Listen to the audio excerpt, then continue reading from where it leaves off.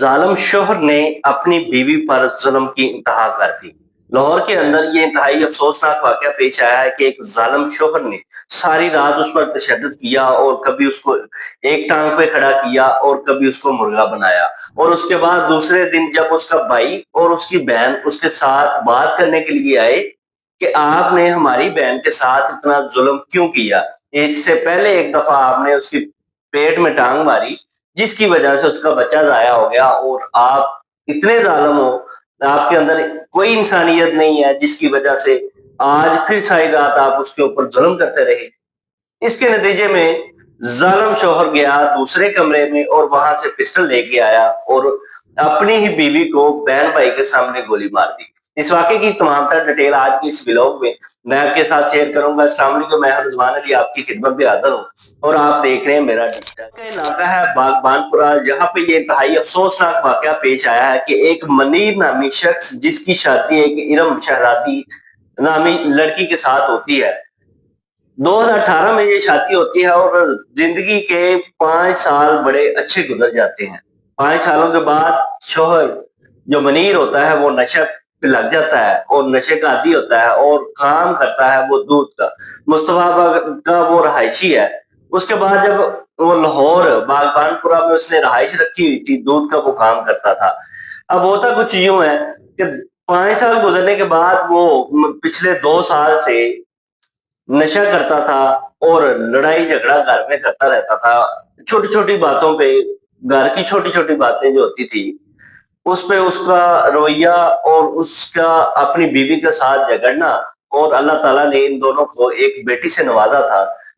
अब 3 साल की वो बेटी थी जिसके सामने शोहर ने अपनी बीवी को गोली मारी। अब इरम शहजादी का वालिद और वालदा जो कि फौत हो चुका था, अब जब इन दोनों के दरमियान कोई मसला होता, लड़ाई झगड़ा होता, तो वो अपनी कभी बहन के घर चली जाती, कभी अपने भाई के घर चली जाती। लेकिन यही जालिम शोहर उसको लेने के लिए पिस्टल लेके उनके घर चला जाता और उनको डराता धमकाता कि अगर ये घर ना आई तो मैं आपको भी मार दूंगा। अब इस रवैये को देखकर, ये सारा कुछ देखकर उन्होंने एक्शन लेने की बजाय डर कर अपनी बहन को दोबारा फिर उस जालिम के घर भेज दिया। अब जब उसने जुल्म की इंतहा की, एक दफा उसको पेट में टांग मारी जिसकी वजह से उसका बच्चा जाया हो गया।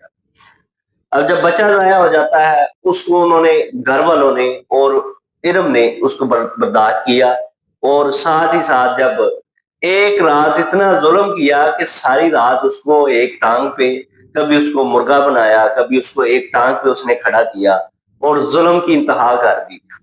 जब बहन ने अपनी छोटी बहन और भाई को बताया कि मेरे साथ ये सारी रात उसने जुल्म किया, दूसरे दिन सुबह वो दोनों बहन भाई अपनी बहन की पता करने के लिए जब जाते हैं और मनीर को ये समझाते हैं कि आप इतना जुल्म क्यों करते हो, आपकी बेटी है, आपका अच्छा वक्त गुजरा है, आप इस तरह अपनी बेटी और अपनी बीवी को जलील ना करो बल्कि उसके साथ जिंदगी गुजारो।